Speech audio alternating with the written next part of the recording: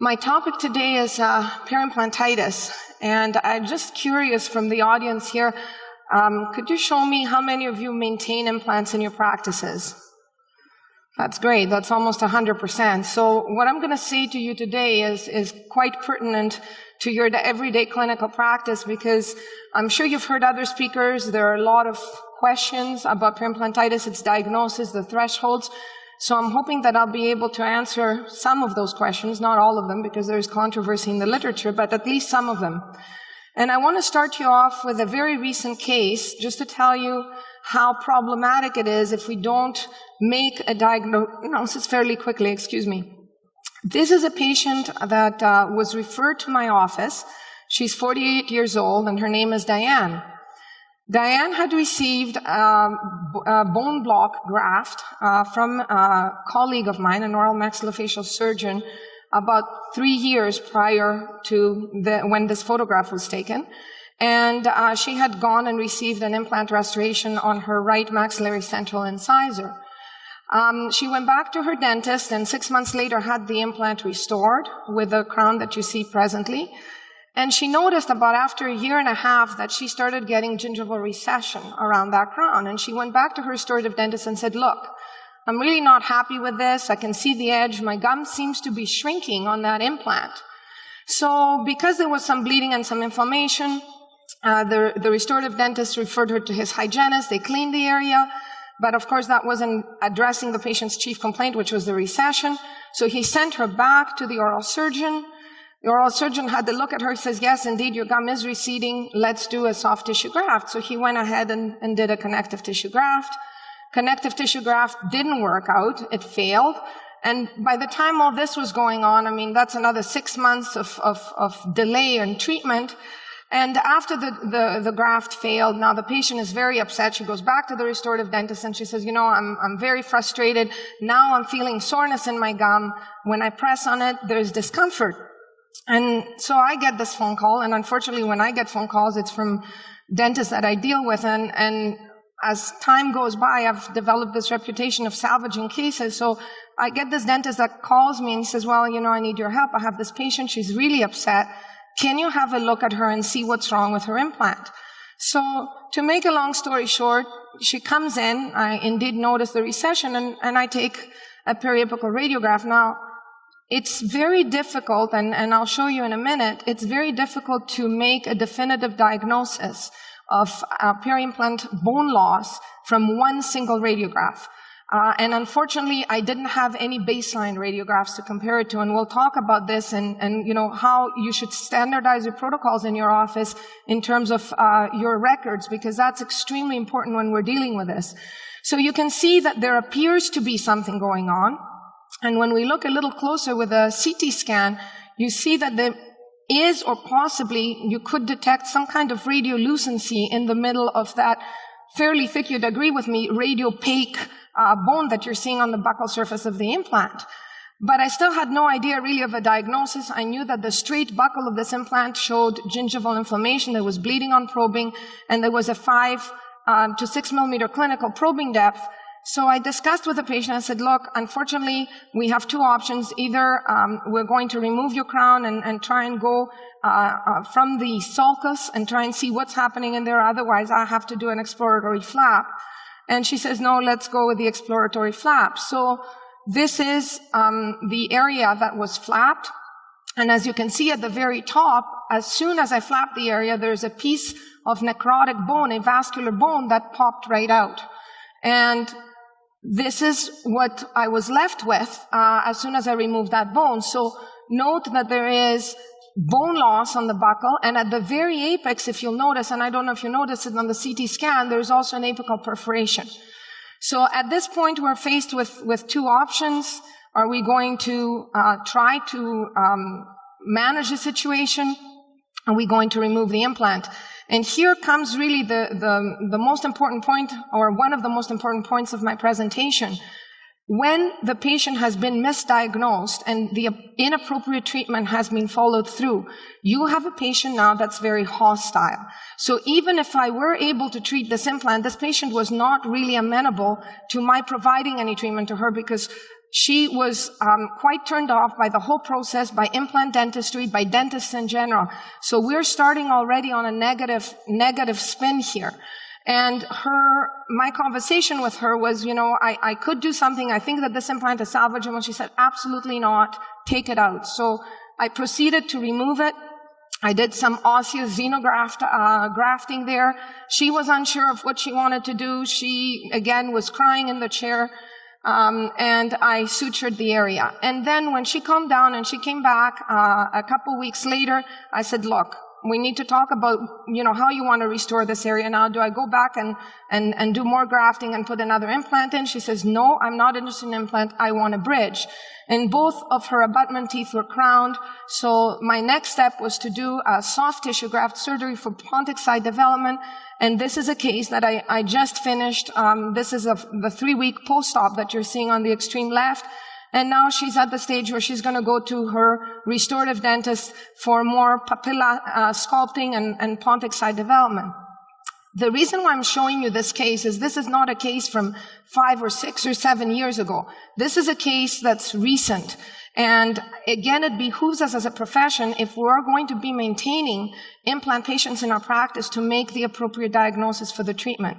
So what I would like to do today and, show you is that, yes, implant treatment is a wonderful modality. I mean, this is a patient that I treated in 98, 2014, soft tissues intact, bone intact, and it's a wonderful treatment. And this is the first implant case that I ever did as a grad student. And I happened to see the patient in our grad clinic. She comes back to the same clinic where I graduated from. And I saw her and I'm going, oh, Marianne, that's great. Can I please take a picture? And she was kind enough to let me take a picture. She's 80 years old. And you would agree with me that her bone levels are good. She's had some soft tissue remodeling in that area, but it's a very good case. And I can show you that the treatment is successful. However, there are cases where we will see something like that. And like this, and like that. So what I want to share with you today is my experience in treating peri-implantitis for the last 7 to 8 years. The steps that I think we can take in our practices on how to identify those problems early, and early diagnosis is important, and perhaps start thinking in a risk assessment model when it comes to implant patients, because we do think in a risk assessment model. We heard a wonderful presentation by Dr. Coyce today. We heard another wonderful presentation about assessing periodontal factors and risk factors. Well, we also have some risk factors for peri-implantitis, and that's something we should keep in mind for our patients. So today, we're going to talk about a definition. What is peri-implantitis? Why is there confusion in the literature? We're going to talk about diagnosis, which is a challenge. And I'll tell you what my challenges are, and I'm sure you're going to encounter the same challenges in your office. We're going to discuss about treatment options, and I will tell you what's scientifically validated and what's clinical opinion, because there's a lot, and as you've heard already, a lot of heterogeneity in terms of surgical and non-surgical treatment. And the most important part of my lecture is going to be preventive strategies, because I think, like anything, if we manage really to try and eliminate factors that may have an impact, we'll talk about maintenance and what your concept of maintenance should be in your practices, and how to limit errors. And those are iatrogenic errors that we contribute to. So a very, very brief and very quick definitions. Peri-implant mucositis, you've heard from other colleagues in those presentations, is a localized inflammation of the soft tissues without loss of supporting bone. It has been shown to have similar histological and inflammatory characteristics to gingivitis. Peri-implantitis, however, is more what we're interested in right now, and it's inflammation of the mucosa in addition to loss of supporting bone. However, this is the challenge. When you're looking at this radiograph, and if I were to show you this, is this a peri-implantitis case? Is this remodeling beyond the physiological remodeling of what you would expect? And this is where the difficulty comes. When do we cross that line of physiologic bone remodeling? And that is where our challenge is, because some colleagues say that the onset of marginal bone loss, and this is a colleague from Canada, that the onset of marginal bone loss and resorption is variable and time-dependent outcome, and it's really nothing to worry about. And the question that I hope I'll have answered for you by the end of this presentation is, how do we draw the line? And the secret when it comes to radiographic interpretation, just like clinical interpretation, is good records. This is a patient, good records, and good diagnostic criteria. So this is a patient that was referred to me with bleeding on probing. This is a 15-millimeter probe, so you can see we're at 14 millimeters in already. Inflammation, clear inflammation. So bleeding on probing and increasing clinical probing depths. And we'll discuss why I use the word increasing. Implants in general will tend to have deeper clinical probing depths than teeth in health. And so the absolute numbers, if it's beyond 3 millimeters, all of a sudden we have inflammation, may not necessarily be valid for an implant, because it will also depend on the biologic width that has formed and on the depth of placement of the implant and so on and so forth. So having a specific number at the time of loading and seeing how that number changes over time will have a bearing, and we'll discuss this in more detail in a minute. This you all recognize, and I think pretty much all of us would agree in this room, if you have suppuration, obviously there is a concern. And progressing periodontal radiographic or evidence of radiographic bone loss beyond what we consider biologic remodeling. And that's the tough question to answer. And what do we need for this? What we need to this is good baseline radiographs. Because if you don't have them, and I show you one picture in time, you don't know if that implant was placed in an immediate socket and the bone just didn't remodel all the way and you have cupping. You don't know if that if that implant was placed in regenerative bone. You don't know if that implant was placed subcrestal. So you really need good baseline records in order to be able to have a more accurate diagnosis, and that's how they're going to help you. So this is a patient that we saw in the graduate periodontal clinic in 2008. He received 3 implants. This is a maxillary augmented sinus. And the patients we're bringing back for a recall, so that allows us to see and monitor if there's any breakdown. 2011, soft tissues looked great, bone was acceptable, but look what happened from 1 year to the next. All of a sudden, significant bone loss in that center implant. So if we did not have those records to be able to compare to baseline, it would be harder, especially if your bone loss is not very advanced. So to try and bring all this information together in terms of your diagnosis, if you have a stable probing depth in your exam, and you don't have plaque and you don't have bleeding on probing, you don't really need to do any treatment. You just monitor the patient. If you have presence of plaque and bleeding on probing, which is our definition for peri-implant mucositis, you're going to look at some kind of oral hygiene instructions, and we'll talk about making sure that the site is amenable, because it's one thing to tell the patient you've got to brush more, you've got to floss more. If you've built the prosthesis in such a way that they don't have access, that becomes a great problem for the patient. Debridement, and again, there are different ways to debride those areas. But more important than anything else is the follow-up. So if in your hygiene, your patient comes in and your hygienist comes to you and you say, you know, there is bleeding on probing in that area, we're having concerns, you need to make a note of that in your chart, and you need, when the patient comes back for the recall, to check and see what is happening in that area. If your bleeding on probing is going on and there are no local factors that can account for it, it could be something else that we'll discuss in a minute. The issue, however, becomes if your probing depths are increasing. So if you have increasing clinical probing depths over a period of time, it really behooves you to take a radiograph. You need to see, compared to baseline, have there been any osseous changes? If your bleeding on probing is positive and you have less than 2 or less millimeters of radiographic bone loss, you could be into this remodeling phase. So at that point, what we would recommend would be to have some kind of debridement with a local antibiotic. And I told you I was going to talk to you about the gray zones. This is one of the gray zones, and we'll talk about debridement and closed treatment of peri-implantitis or early peri-implant mucositis lesions. If, however, your bone loss is increased, or you have, compared again to baseline, more than 2 millimeters of bone loss, then you have to start thinking more towards a surgical approach. So let's talk about the management of periimplantitis in a non-surgical way. We heard some really interesting presentations today, and there are many different treatment modalities out there. You can go from scalers. There are some excellent scalers in the market that are used around implants. You can use chemotherapeutics. That's another way.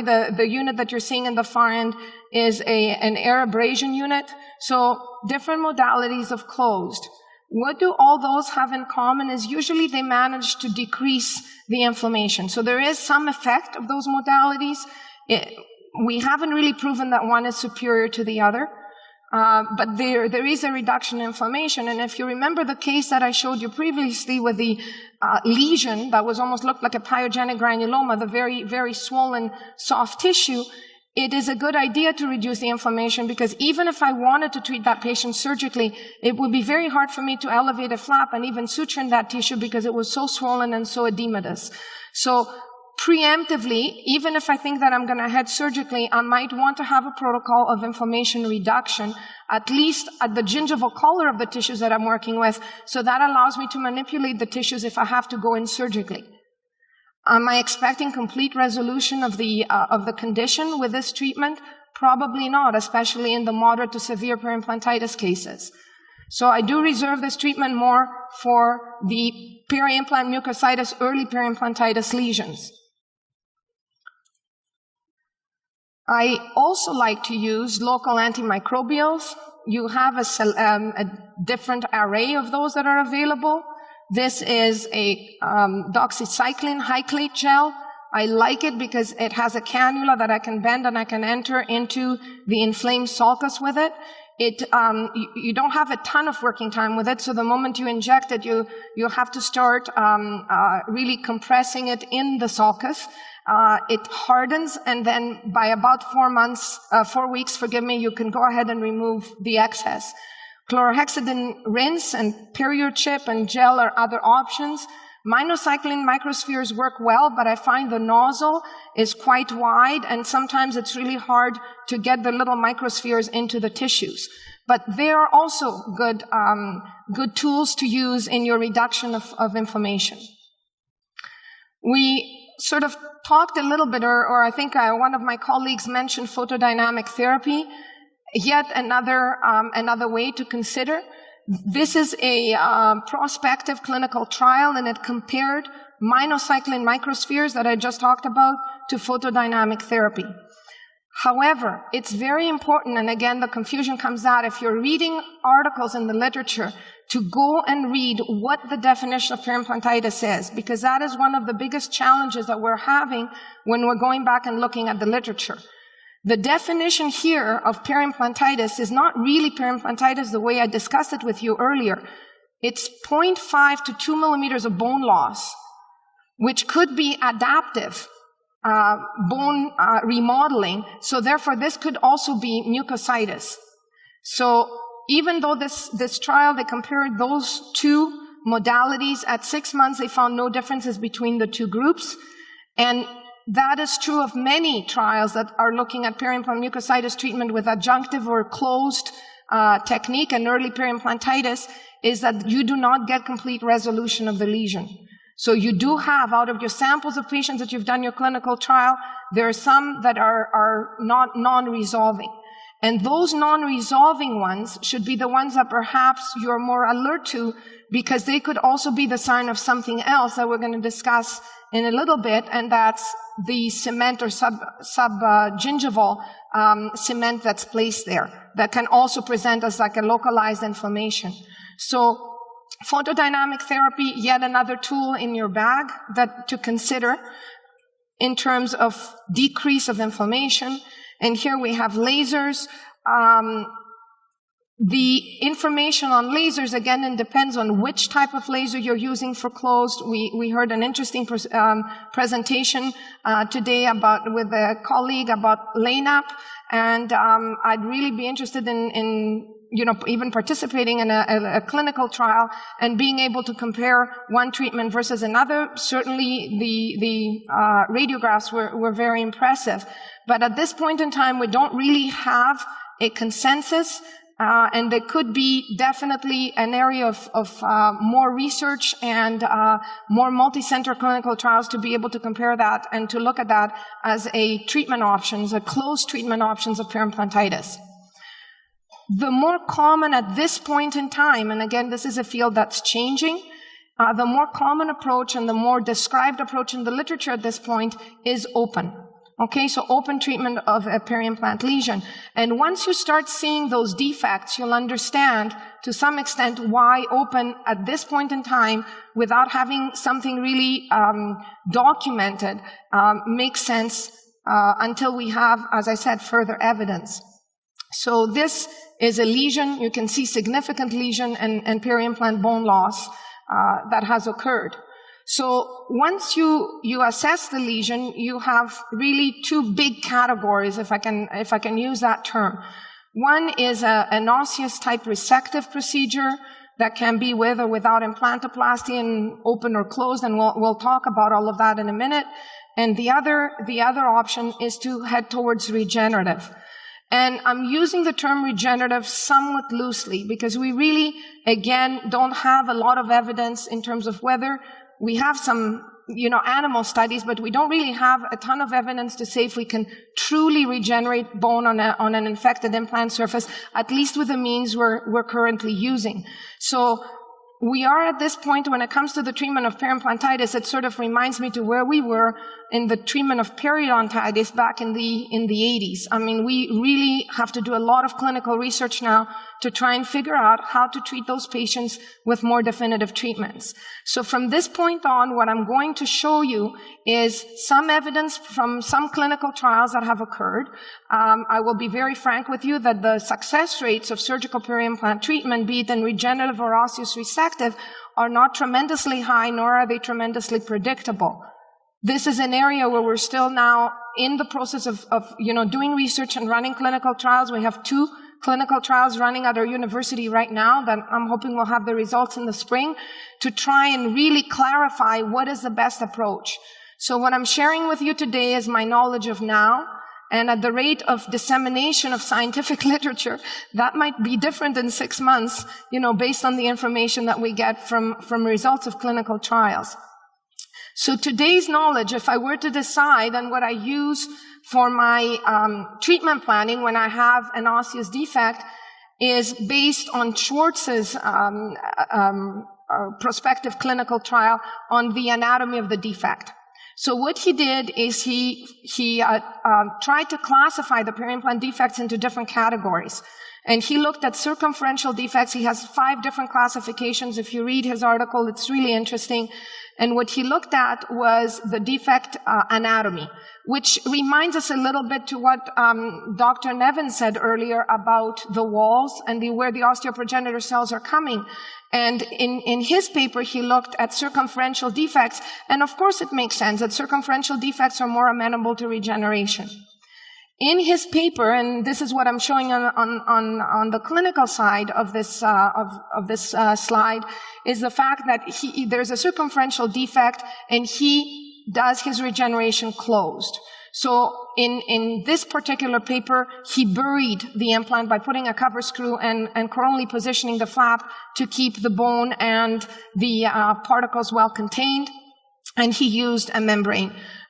This study describes the use of a xenograft, and we'll talk about the different types of materials that we can use in our regenerative attempts. The secret, however, as well, is not just what we're going to put in the defect, is how we're going to clean the implant surface. And this is another gray zone, so I know I'm not answering all the questions that you probably might have in your mind.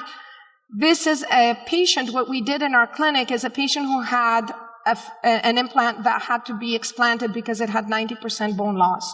So what we did is we notched the implant and cleaned one surface with titanium brushes and the technique that I'm currently using, the tetracycline, and the other surface we left infected.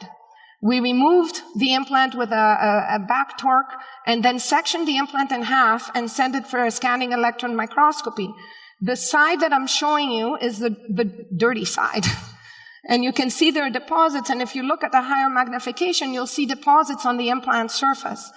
And the question now that needs to be answered is, how do we go from this surface to that surface, which is the cleaner surface? And which way and how do we get there? And there is no consensus in the literature. This is really where we need to have more research. And in my eyes, this in vivo research might be the better way to go, because the implant surfaces usually that we're explanting are quite infected, and it's more of a realistic model as opposed to trying to do it in vitro. So we have different surfaces that have different methods of decontamination that have been proposed. You can look at mechanical with implantoplasty, and I'll show you some cases where I've used that. You can use titanium brushes, you can use scalers, you can have chemical decontamination. The current thinking process is you should have a little bit of both, some mechanical and some chemical to remove the debris from the surface, and you'll have your pick when it comes to chemical. There's citric acid, there's tetracycline, hydrochloride, there's chlorhexidine, and one paper says, we just took saline and we just rinsed it over and we had the same effect as the others. So again, there's great variability in the literature. And of course, the last category, which is lasers. So in all of those surface decontamination methods that I'm showing you, at this point in time, there is no clear favorite in terms of what we should do when it comes to large randomized controlled clinical trials. And if it's a multi-center trial, even better, because that will give you an idea what works in the hands of different providers, and are we consistent in achieving this over several countries sometimes, or several universities, or wherever those trials may be held. So to start us on the review of the different surgical options, this is a patient of my associate, Dr. Surnakis. He works in our practice, and you can see clearly that there is suppuration and bleeding on probing with a 7 to 8 millimeter clinical probing depth on the distal of this implant. And when you look at it radiographically, again, it doesn't look terrible. I mean, you can see there's a bit of a radiolucency. Things don't look to be too bad. But the interesting thing is the moment you flap and you start cleaning out, you're starting to discover that there is more. So one thing that I've learned from this process is if I think it doesn't look bad on the x-ray, it's usually worse clinically. Why? I can't tell what's happening to that buccal plate. I can't tell what's happening to that lingual plate. So all I can tell from radiographs is the mesial and distal. And sometimes you can have significant bone loss on the buccal and significant bone loss on the palate, and you have no clue until you get in there. So always radiographs are going to underestimate the degree of destruction that you have. So in this case, we recommended the osseous resective. This is implantoplasty, so the threads of the implant are smoothed down. And because from experience, again, I've learned that every time, and I'll show you a case where I didn't do it, every time I raise a flap on the implant, you have to be prepared that you're going to get significant soft tissue alterations. And this is, I guess, one of the attractiveness of being able to do it closed, because the moment you flap it, you now are going to get recession or induced recession in that area. So to try and counteract this, what I'm doing now is pretty much every single case that I flap, I do a connective tissue graft. Does it negate it? No. Does it control it better? Yes. So placing the soft tissue in that area helps in terms of not getting a ton of shrinkage, but it will deform. There is no doubt about it. So this is what the procedure looks closed with a connective tissue graft underneath. These are more challenging. This is an anterior case of an implant-supported bridge. And this patient presented with a 9 millimeter clinical probing depth. And you can see it there. That's a 15 millimeter probe, where the 9 millimeter and very copious bleeding on probing. I would have liked to have seen that patient before it got to that. There is cement there. I don't know if you can see it on the mesial aspect, but by the time I got the referral, already we had significant bone loss around that implant. If we were lucky, perhaps we would have been able to do the cement removal with closed, which is really difficult because some of those cements, depends on what type of cement you've used, adhere very, very strongly to the implant surface. But now we have to deal with this kind of situation. One instrument that I do like when I'm doing my flaps is to use a microsurgical instrument. You can see them here because I can bend them and they really adapt very well around the neck of the implant, so it allows me to be able to contour well. And you can see the granulation tissue here, and this is the bone loss. Okay? Now, in this case, I tried using a bone graft and a membrane, and I agree with the previous speaker when he mentioned, do we really need membranes? In fact, there is a study by Ruth Janseker here that looked at the need of membranes at a 5-year follow-up, and it may not be absolutely necessary to use a membrane. But the mistake that I made in this case, and I told you earlier, now I'm trying to take steps to prevent it, is the fact that I didn't use a connective tissue graft, and here we go. Now, the good news for this patient is that she didn't really care. She was happy, her implants were healthy, and this is a 5-year follow-up with no clinical probing depths, and the bone loss has been stabilized. However, there's a penalty to pay when it comes to aesthetics. You can use other products. Again, this is enamel matrix derivative. This is a patient from 2011, and at 2015 had significant bone loss. Should you be taking out this implant? Yes, I would take out this implant. This patient absolutely refused to have this implant explanted. It's a short implant, and I'm almost down to the apex of the implant. He just wanted to keep it no matter what. The good news is it's a circumferential defect again. So I'm well contained, I've got walls all around. So in this particular instance, we did a monotherapy of enamel matrix derivative and freeze-dried bone allograft, and covered the area. And as you can see, I definitely overfilled that one. I was very enthusiastic. And the patient, the area has been stable now for a couple of years. Another option is to use porous titanium. Now, this is not available yet in North America. This is my friend Stefan Renvert was very kind to provide me with those slides. It's a material that they're trying out in Europe. They have a multi-center clinical trial running there. And it's titanium porous granules. They come into white or a metallic look. This is a localized defect again. I also use hydrogen peroxide as a disinfectant, and you can see that at the very far slide. And the granules are placed, and there is reduction of the clinical probing depths and stability, again with a sacrifice of the soft tissue, but stability in terms of the interface. So what you're about to see is, hopefully, is a video. There we go. So this is the prosthesis. Now, the nice thing about prostheses like that, even though they're not ideal when it comes to cleansability, is their retrievability. So you can see we're removing the prosthesis here. And after a disinfection treatment, you don't have the amount of pus but there is still some exudate there, but it's not as bad, and there's still clinical probing depths and bleeding on probing. You can see here the little scalpel blade that's bent so that you can work around the implants without really sacrificing any of the soft tissue, because the plan here is to bury those implants. And circumferential incisions with crestal incisions, again, to be able to manipulate that tissue. And that's the incision design or the flap design. And sometimes we use Orban knives. Flapping the area where you have peri-implantitis can actually be quite difficult. You have to get down and cut that granulation tissue, because the tissue is very adherent and will not release, and you can tear your flap if you're not careful. But those are the machine surfaces of the implant. You can see there's quite a bit of granulation tissue, and we remove that with curettes and irrigate the area.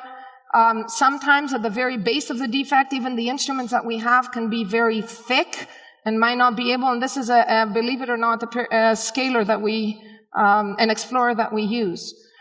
And this is something that I use when I'm going to perform implantoplasty. What you're seeing, it's like it's not a membrane, it's a tape of collagen that I create a little poncho technique, and I push it through the necks of the implants. And so when I am going to be grinding away at the implant surface or using a titanium brush, like you'll see in a minute, I don't end up with titanium all over the place. It soaks it right up, and then I don't have particles on the underside of the flap.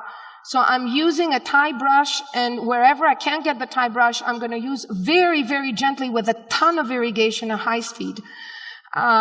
This is a tetracycline mix, and we use that to scrub. I also, as an alternative, will use hydrogen peroxide, so one or the other, and then copiously irrigate the area and try and, by the combination of those two procedures, just cleanse the implant surface to the best of my ability. Make sure that my flap is released, and there's a little bit more release that needs to be done here. And that's very important if we're going to bury, to make sure we have passive coverage. And this is the BMP sponge that's soaked and will be placed in the defect with freeze-dried bone allograft, almost like a little bone peppering technique. I think Mike Picos described this as a salt and pepper technique. And so you can put this around your defects. And you see there was a significant lingual defect that doesn't quite show very clearly here. And then we proceeded, we had a soft tissue graft. Now the purpose of this graft was not to make the soft tissue bulkier or get more keratinized tissue. It was more, I was concerned in terms of being able to keep those particles in place, and I wanted to have the graft on the incision and a little bit underneath, again, to make sure that even if we did get some separation of the tissues, because of course there is the lip and it's mobile, that I could maintain the primary closure that I had. So you can see there the area being sutured. This is a fairly recent case. We just did this, I would say, probably about a month ago. So the post-op that I'm going to show you is not several months, but that definitely, again, this is the 1 week healing. You get quite a bit of swelling with BMP, and you have to warn the patient that that's a possibility and for them to expect it. It's a post-operative outcome. So I hope that this has given you a very, very brief overview of all the different surgical techniques and what can be done in terms of direct access to treat peri-implant infected surfaces. And what I want to focus a little bit more in the last few minutes of my presentation is the risk assessment. When you're dealing with your patients, I want you to look at smoking, if your patient has poor plaque control, poorly controlled diabetes, if they've had a history of aggressive periodontitis, chronic periodontitis, what their maintenance habits are or have been in the past, if we have any occlusal issues, and how those might affect your treatment. This is a patient of mine that in 2007 came with bone loss around his implants, which I treated surgically. But what I managed to do is I managed to get him to quit smoking in the interim. And this is the latest clinical and radiograph that I have. And, we've had stability for the last 8 years. It doesn't look pretty. There's the neck of the implant that's exposed, but there hasn't been any further bone loss or increase in clinical probing depths. So smoking cessation can be perhaps a good tool to use in those patients that are at risk. But definitely smokers will have greater issues. It's easy for us to tell patients, you've got to clean better. And if there's another message I want to transmit today, is they can't clean if you give them this. How are they going to clean if you've blocked the embrasure spaces with porcelain and ceramics? How are they going to clean if you've screwed in a restoration and they're not aware that they need to come back to have this removed and cleansed? Or they have no access because the flange is so high that there's no way that they can get even any kind of floss under the prosthesis. So again, poor plaque control, yes, but a study does show us that 48% of the implants that had peri-implantitis had, 74% of the implants that had peri-implantitis had a poor ability for cleansability. So it's very important when we design our prosthesis. Even more important, our patient's age. Look at the top 2 lines of those conditions up to cataracts. That's what happens. Those are the most common conditions that happen to our patients as they age. And every one of these conditions affect their ability to perform good oral hygiene and good plaque control. So as our patients age, should we plan for a treatment to adapt perhaps to their needs? If they're in a nursing home, should we think more of removable prosthesis as opposed to fixed prosthesis? And that's definitely something we have to think about, especially with our aging population. This is a patient of mine, aggressive periodontitis. She was referred to me the way you see her. She is 30 years old, lost all of her teeth, had implants placed, and we lost all of the maxillary implants, and I'm fighting to keep the mandibular ones. If your patient has a history of aggressive perio, they need to know that implants may not be the long-term answer. They're not more than likely going to be there for the rest of their lives. They need to be made aware of that ahead of time, and they need to know what the costs of retreat are going to be if that's the case. So osseointegrated implants with aggressive perio or a history of aggressive perio, higher risk. How about your chronic periodontitis patients? If the periodontal lesions are not well controlled, and you have a patient that has generalized severe periodontitis, lack of periodontal maintenance or periodontal treatment can translate to loss. Another chronic periodontitis patient here, 2 implants on the right, this is how she ended up. I don't know if those implants are going to hold unless, again, there's a change in terms of her approach to periodontal maintenance. So, again, we need to profile our patients and determine who's higher risk and who's lower risk. Occlusion, it definitely has its place. Again, you need to see, when you bring the patient back for maintenance, pick up the articulating paper and check and see what has happened in the interim since you saw them. So again, do we have evidence for using bruxism splints? Not really. I mean, if you look at the literature, no. Does it make you feel better? Possibly, yes. But parafunction can be a concern. So when you're looking at preventive strategies for your maintenance, look at the bone loss of implants that are in place, patients with periodontal disease that are under no maintenance protocol, higher risk. So important, again, when they sign the contract that they're going to receive implants, they need to know that those implants have to be maintained. I'm finishing now. So this is the last case that I want to show you to close. This is a patient that went in and had a full mouth reconstruction. This patient was under the impression that she didn't need to have her prosthesis removed. 4 years later, she comes in because her gum is sore. This is what we see underneath. And if you look more closely, you'll see that there is a screw that's stripped on the side and the implant, and there is a retaining screw from the bone graft that she had done. Bone loss around her implants, and now she needs to be retreated. How do we prevent this?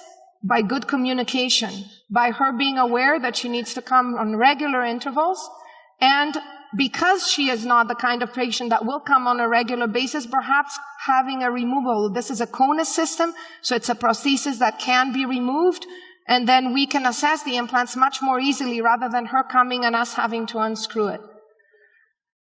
Iatrogenic factors, those are factors that you need to limit, and it has to do directly with the placement.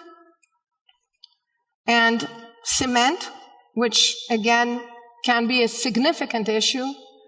And you can see the cement right on the implant body in this failed case.